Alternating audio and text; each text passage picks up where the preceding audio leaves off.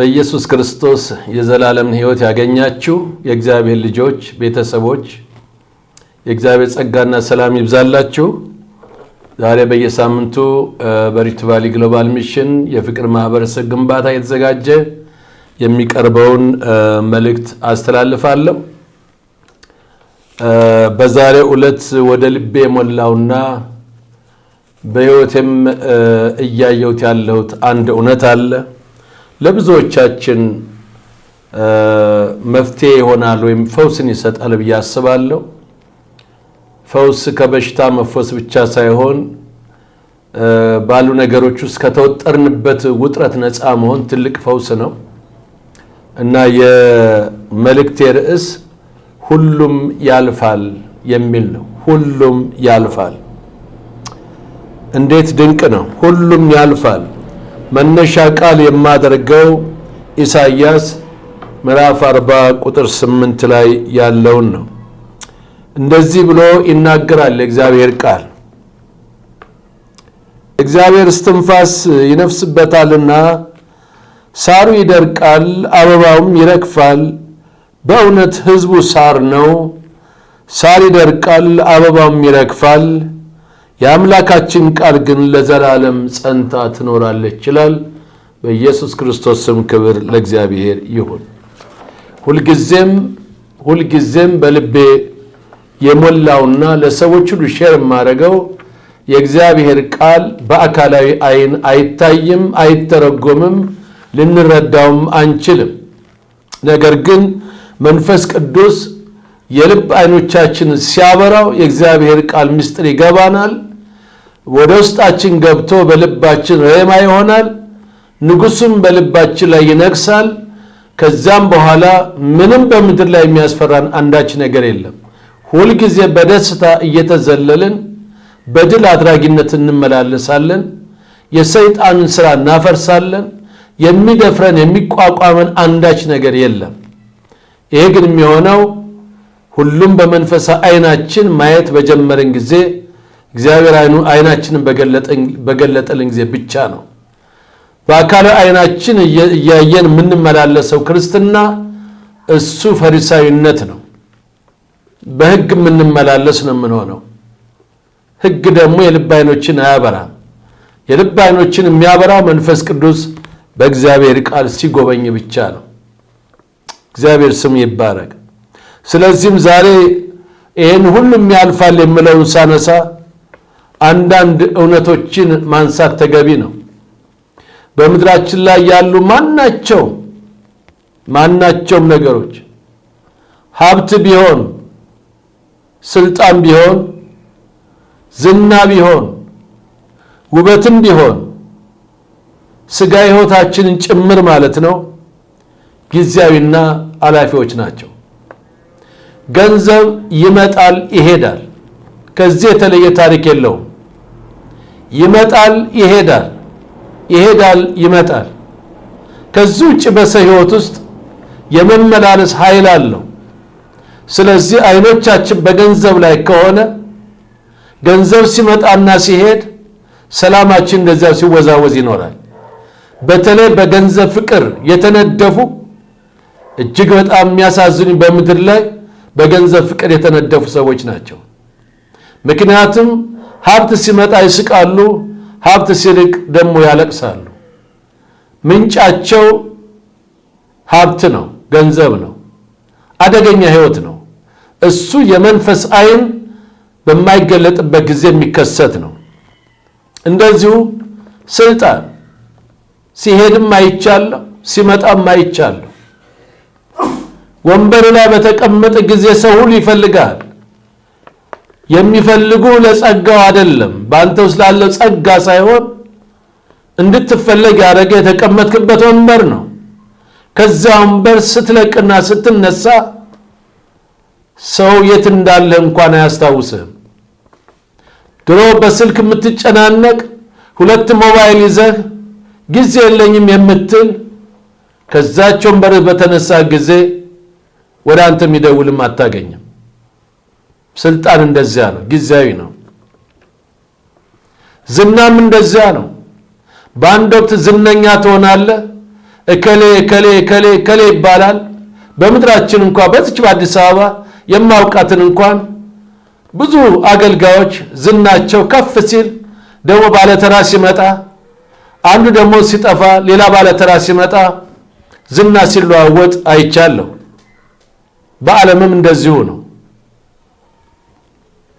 ውበትም እንደዚሁ ነው። ቆንጆ የነበረችው ሰውን ሁሉ ጠብር ግፍ ምስታረግ የነበረችው ድንገት በሆነ ነገር በቆዳ በሽታ ሊሆን ይችላል፣ በአደጋ ሊሆን ይችላል፣ በተፈጥሮ ሊሆን ይችላል። ያ ውበት ይጠፋና በስመ አብ ብለዋት ጥለዋት ያልፋሉ። ያፈቀራት አፍቃሪዋ እንኳን ሊሸማቀቅባት ይችላል። እሷም እንደዚሁ፣ ውበትም እንደዚሁ ነው። እነዚህ ሁሉ ከፀሐይ በታች ያሉ አላፊ ናቸው፣ ጊዜያዊ ናቸው። ብዙ መከራም ያለበት ነው። በዚህ በሚለዋወጥ ሀብትም ስልጣንም ዝናም ውበትም ሌሎችም በሚለዋወጡበት በሚያልፍ ዓለም ውስጥ እየኖርን አንድ ግን የማይናወጥ የማይለወጥ ለዘላለም ጸንቶ የሚኖር አንድ አለ፣ አንድ እውነት አለ። እርሱም እግዚአብሔር ነው። እርሱም የእግዚአብሔር ቃል ነው። እርሱም ጌታችን ኢየሱስ ክርስቶስ ነው። እርሱም መንፈስ ቅዱስ ነው። ሌላ አይደለም ያልኩት። እግዚአብሔር አብ፣ እግዚአብሔር መንፈስ ቅዱስ አንድ አምላክ ለዘላለም ጸንቶ ይኖራል። የእሱ ልጆች መሆን እንዴት እድለኝነት ነው! እግዚአብሔር ስሙ የተባረከ ይሁን። አንዳንድ የመጽሐፍ ቅዱስ እውነቶችን እያየን አብረን እንማማራለን። በማቴዎስ ወንጌል ምዕራፍ 24 ቁጥር 25 ላይ ጌታችን ኢየሱስ ክርስቶስ እንደዚህ ብሎ ይናገራል። ሰማይና ምድር ያልፋል፣ ቃሌ ግን አያልፍም ይላል። እንዴት ድንቅ ነው! ይህ ሕይወት የሆነው ቃል፣ የታነጽንበት ቃል፣ የተፈወስንበት ቃል፣ ሰላምን ያገኘንበት ቃል፣ ሞገስ ያገኘንበት፣ አዲስ ፍጥረት የሆንበት፣ የእግዚአብሔርን መንግሥት ወራሽ ያደረገን አምላክ እግዚአብሔር በእኛ ውስጥ እንዲኖር ቤተ መቅደስ ያደረገን፣ እረፍት የሰጠን፣ ከዛ ጭንቅ ከዛ የተንቀዠቀዠ ሕይወት ወደ ተረጋጋ እረፍት ወደ ሞላበት ሕይወት ያመጣን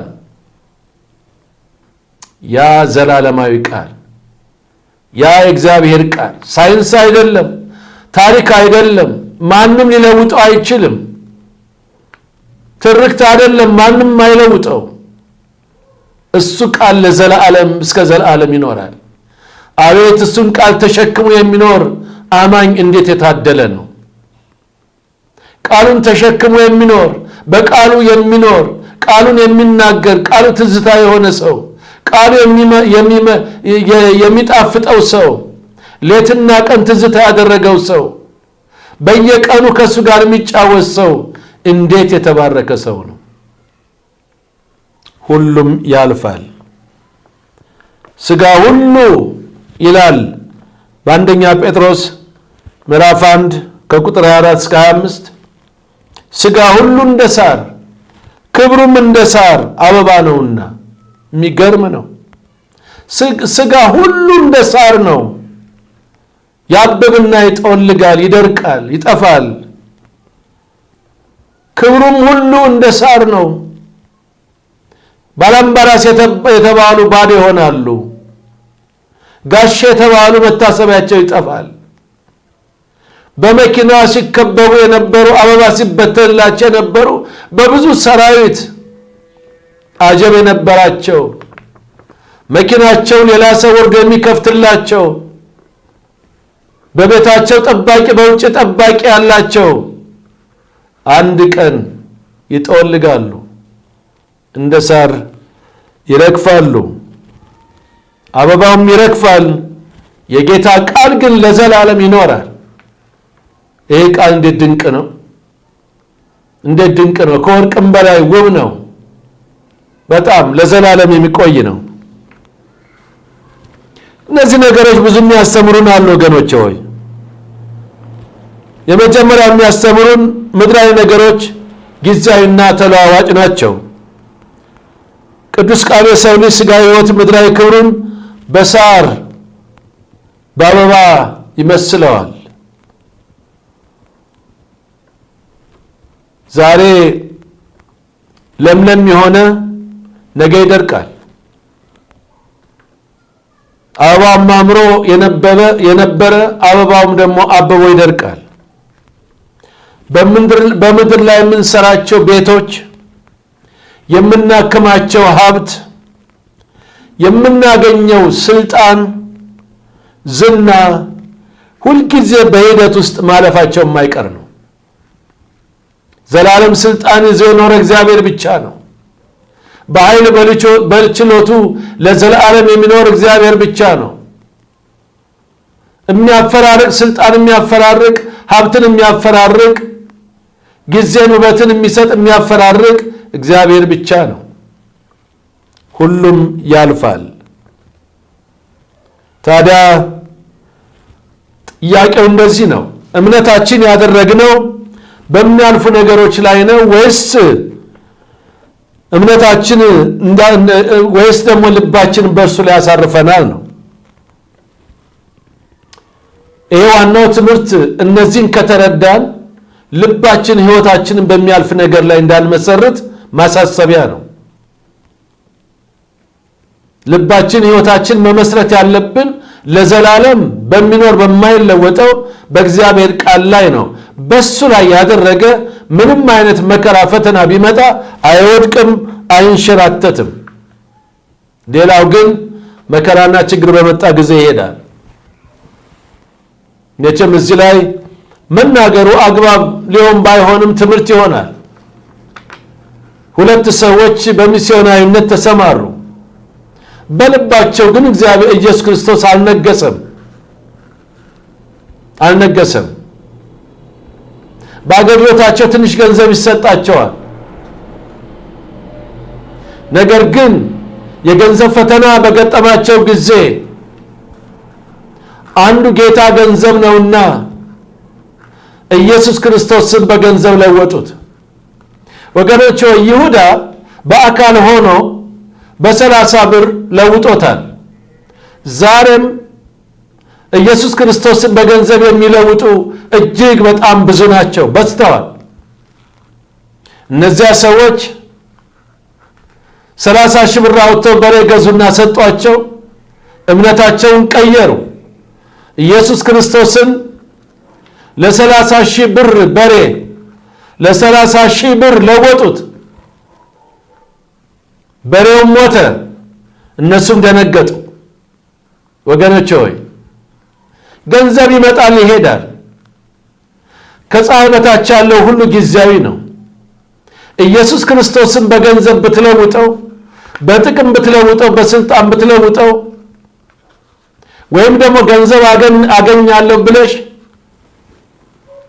በመጥፎ አካሄድ በመሄድ ጥቅም አገኛለሁ ብለሽ በዚህ ምድር ያለ ኑሮ ይለወጥልኛል ብለሽ ኢየሱስ ክርስቶስ አምላክሽን ትተሽ ሌላ የሚያመልኩትን ብትከተይ ለጊዜው ነው እንጂ ከጥቂት ጊዜ በኋላ ማንነትሽ ሁሉ ይበላሻል። የኪሳራ ሕይወት ውስጥ ነው የምትገቢው። ተመልሰሽ የማታገኙ ነገር ውስጥ ነው የምትገቢው። ወንድሜም እንደዚሁ ነው። ስም መጥቀስ አልፈልግም። በአንድ ቦታ ላይ ሌላ እምነት ተከታይ ገባች። ብዙዎችን በገንዘብ ኃይል ወደ እሷ እምነት አዞረች። ያሳዝናል።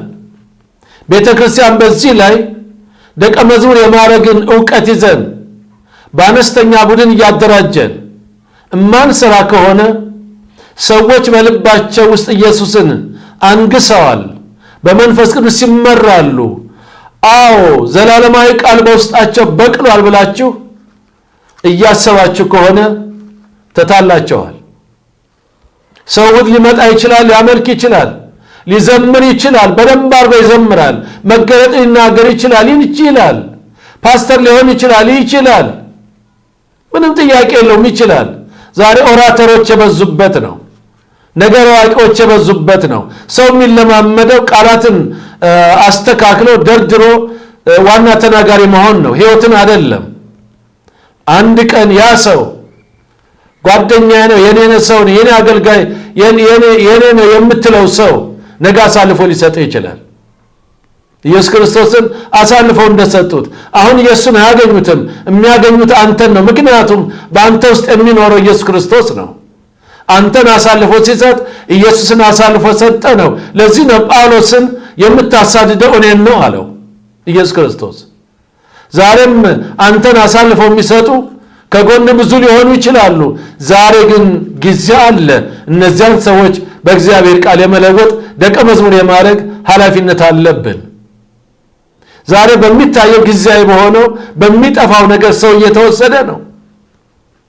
ለጠፊ ለሆነው ነገር፣ ለሚያልፍ ስልጣን፣ ለሚያልፍ ገንዘብ፣ ለሚያልፍ ዝና፣ ለሚያልፍ ውበት እንዴት ዘላለማዊ የሆነውን ኢየሱስ ክርስቶስን እንዴት ዘላለማዊ የሆነውን የእግዚአብሔርን ቃል ይለውጠዋል? ከባድ ነው፣ በጣም ከባድ ነው። እንደዚህ ልባችሁ እየሸሸ ያለ ጥቅም አገኛለሁ፣ ህንፃ አገኛለሁ፣ ቤት አገኛለሁ፣ ከብት አገኛለሁ፣ ሀብት አገኛለሁ፣ ሚስት አገኛለሁ፣ መሬት አገኛለሁ ብላችሁ እምነታችሁ ወደ ሌላ እያኮበኮባችሁ ያላችሁ እመክራችኋለሁ፣ የሞት ጊዜ እንዳይሆንባችሁ፣ የኪሳራ ጊዜ እንዳይሆንባችሁ ልባችሁን በዘላለማዊ ቃል ላይ አድርጉ። አውቃለሁ በአንድ ከተማ ላይ በጣም ያስቸገረን ሰው ወደ ሌላ እምነት ከተማ ገባ። በእኛ ላይ መሳለቅ ጀመረ። ገንዘብ አገኘ ለጊዜው። ከዛ በኋላ ግን እውነት ነው የምላችሁ በዛች ከተማ በባዶ እግሩ መሄድ ጀመረ። አሁን ልክ ነው። ሰይጣን ወደ ሌላ እምነት ሲወስድህ ለጊዜው ደስ ሊል ይችላል፣ ከፍ ያልክ ሊመስል ይችላል። ከጥቂት ወራት በኋላ ግን ራቁትህን ትሄዳለህ። አእምሮን ይዘውረዋል። ደስታን ታጣለህ። ምን ነው ኢየሱስ ይሻለኝ ነበር እያልክ ማልቀስ ትጀምራለህ። ከማትወጣበት ማጥ ውስጥ ትገባለህ። እህቴ ተጠንቀቂ፣ ወንድሜ ተጠንቀቅ። ይሄን ምለው ለኔ ምንም ትሩፋት ኖረኝ አይደለም። እነ እግዚአብሔር ሰው ግን ልባቸው እየሸሸ ያሉትን መምከር ያስፈልጋል። ምክንያቱም ዛሬ ሰው ሁሉ የገንዘብን መንገድ እያጠበጠበ ነው ያለው። ዘመኑ ፈታኝ ነው። አስቤዛ ተወዷል፣ ቤት ኪራይ ጨምሯል። ሰዋት ይሄ ስለሆነ ክርስቶስን በገንዘብ ለውጠው አልችልም። ገንዘብ ያለውን ሌላ እምነት የሚከተለውን ይዤ ብርሃንን ከጨለማ ጋር አልቀላቅለውም፣ አላደርገውም።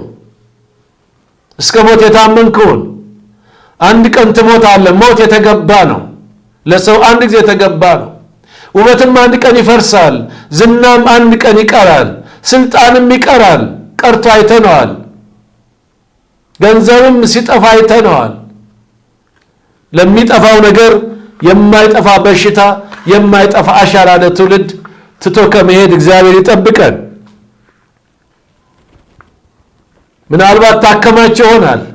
በጣም የሚያሳዝነኝ ስንሞት ትተነው የምንሄደው ሀብት ዛሬ ከተጠቀምንበት ሀብት ይበልጣል። ዝም ብለን ትተነው የምንሄደው ማለት ነው። ከዚህ ትተነው የምንሄደው ከተጠቀምንበት ባላንስ እንኳን አይሆንም። በጣም የበለጠውን ጥለን ነው የምንሄደው። ከማን ወገን እንደሆነ ማሰብ ይኖርብናል። የመጨረሻው ለእግዚአብሔር ቃል የማይናወጥ እምነት፣ እውነትና ጽናት ነው የምናገኘው። እንግዲህ ሁሉም ካለፈ የእግዚአብሔር ቃል የማይናወጥ እውነትና ጽናት እንዳለው እንረዳለን። የእግዚአብሔር ቃል ለዘላለም ይኖራልና ሰው በምድር በታላቅ ግርማ የተፈጠሩ የጸኑ ቢመስሉም እንኳን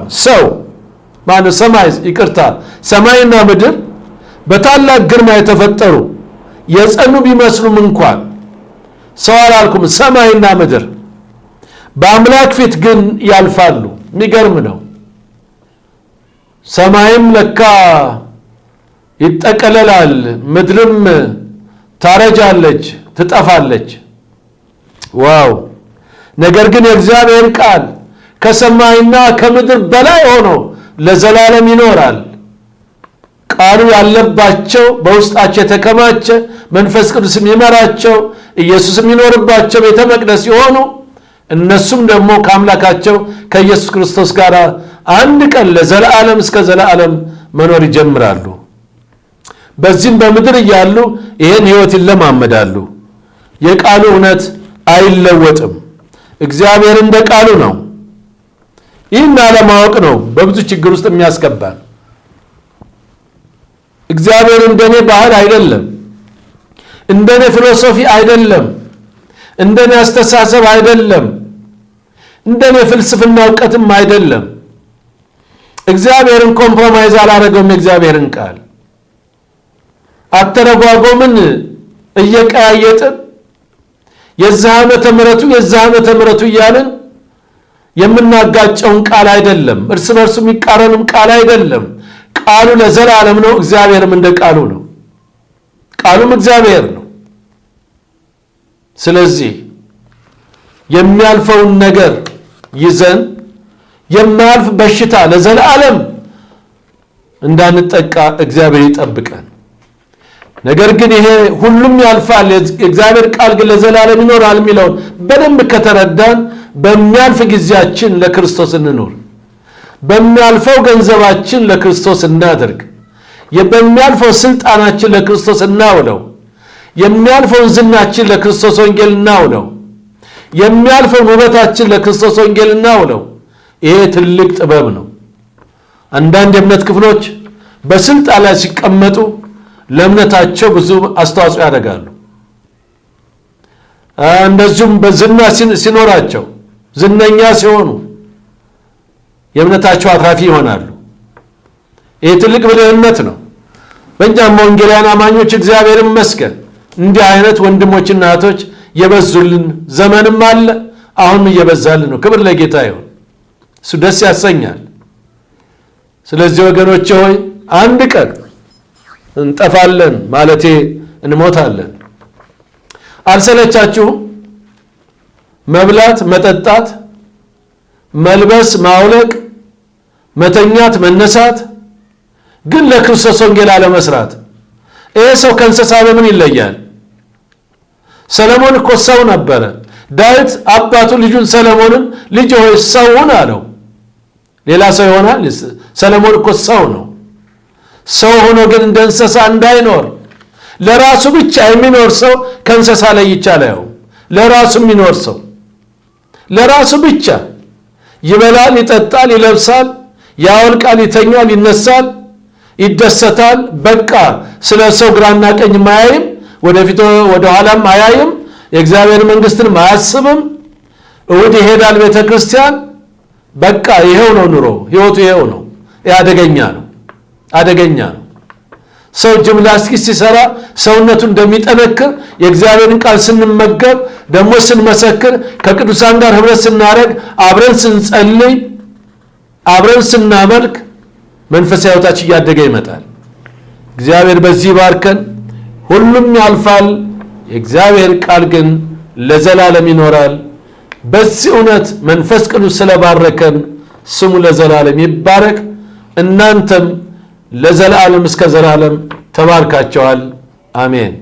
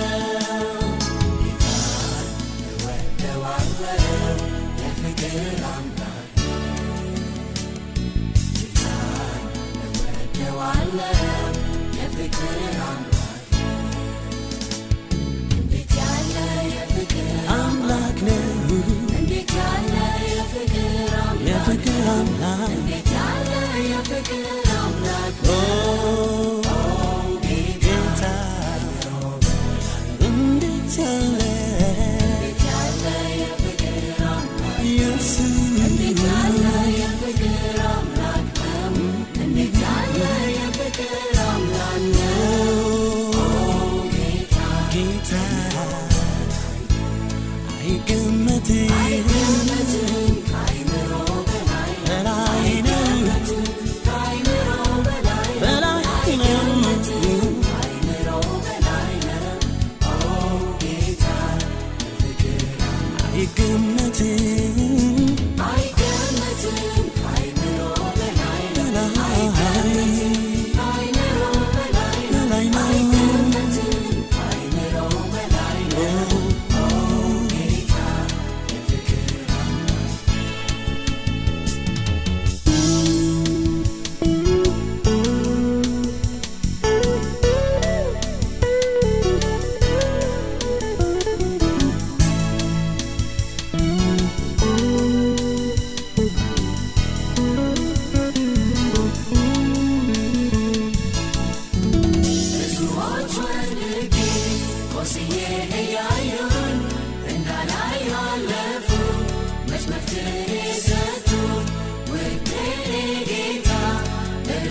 ሲመጣ ቁስሌን በዘይት ቀብቶ ፈወሰኝ። ጌታ እወደዋለሁ የፍቅር አምላክ ጌታ እወደዋለሁ የፍቅር አምላክ እንዴት ያለ የፍቅር አምላክ ነው እንዴት ያለ የፍቅር አምላክ